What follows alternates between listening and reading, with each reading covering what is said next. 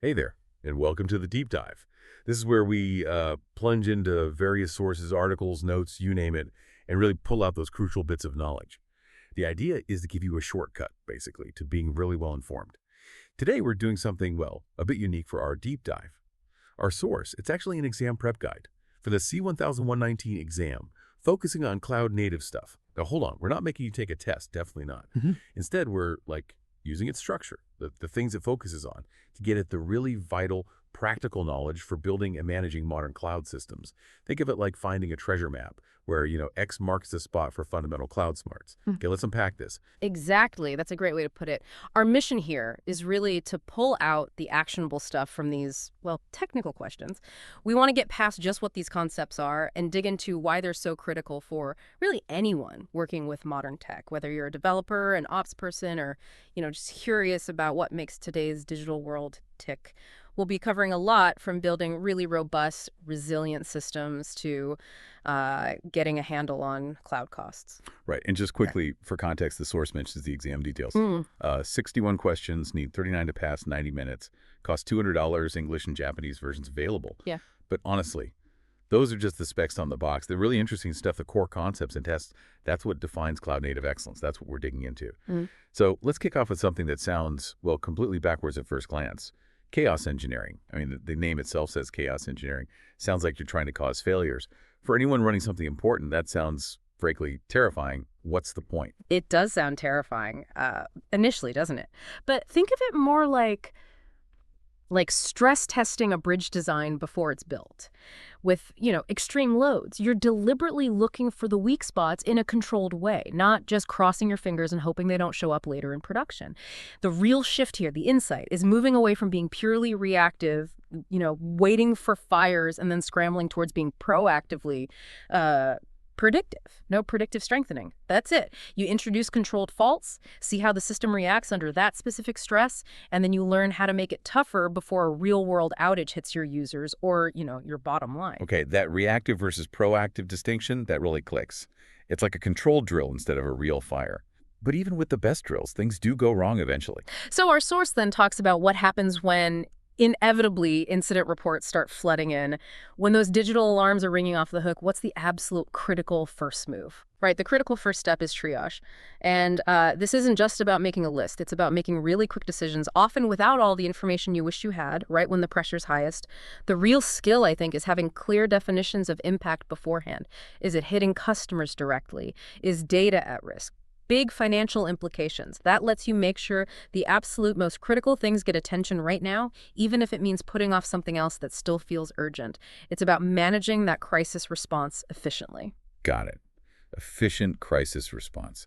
And then, okay, the immediate fire is out, or at least contained. The source mentions something called a blameless postmortem. That phrase itself sounds a bit contradictory. When things break, isn't it just human nature to look for who messed up? So, blameless. What does that really mean for learning from mistakes? How does that actually play out? Yeah, blameless postmortem. It's a cornerstone, especially in SRE, site reliability engineering. Fundamentally, it's about creating psychological safety. What's really, I think, transformative about it isn't just not pointing fingers. It's that it shifts the entire culture away from fear towards collective learning, continuous improvement. The focus moves from whose fault was this to, okay, what systemic issues, what process gaps, what tooling problems allowed this failure to happen? This allows for really open, honest discussion to get to the root causes. It helps improve system reliability, team processes, everything. I've actually seen it turn potentially demoralizing failures into huge learning opportunities. That's a big cultural shift. Okay, let's switch gears a bit. From building resilient systems to another huge challenge, managing cloud costs. Because the cloud's flexibility is great, but sometimes it feels like an open tap, right? Yeah. Costs can spiral if you're not careful.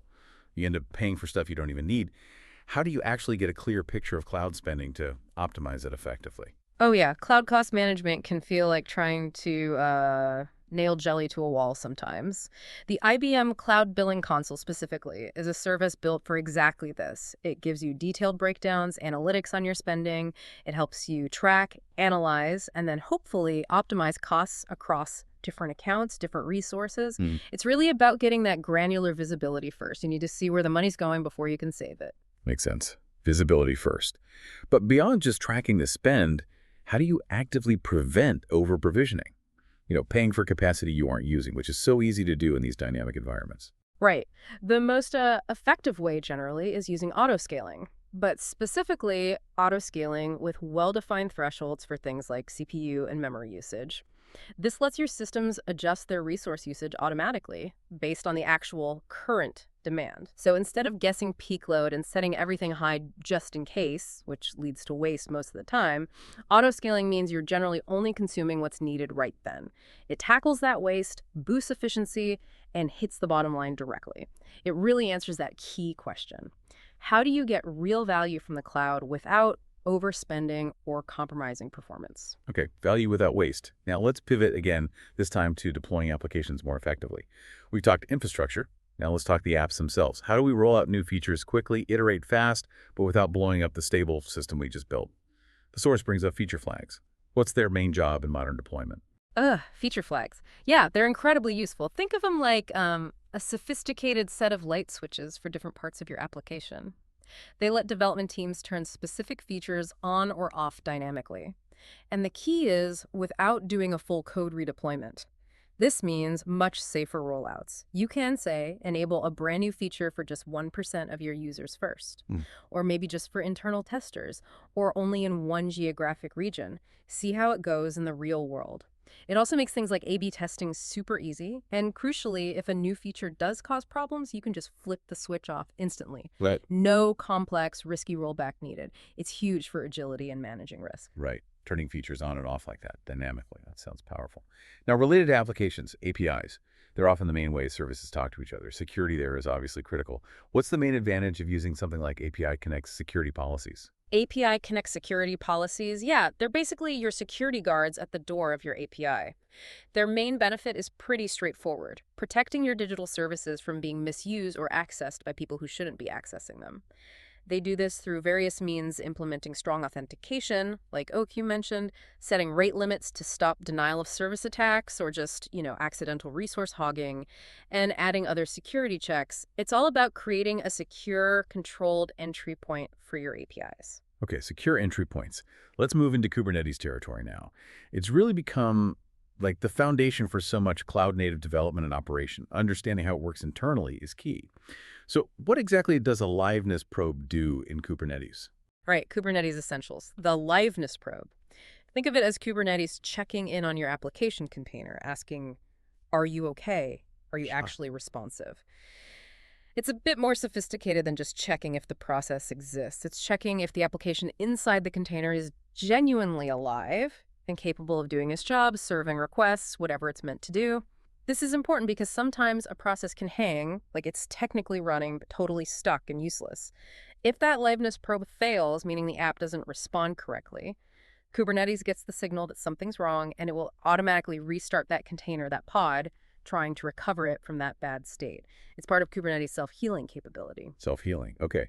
And within that Kubernetes cluster, how do you manage network traffic between all those containers and pods? Because I understand that by default, it's pretty open, right?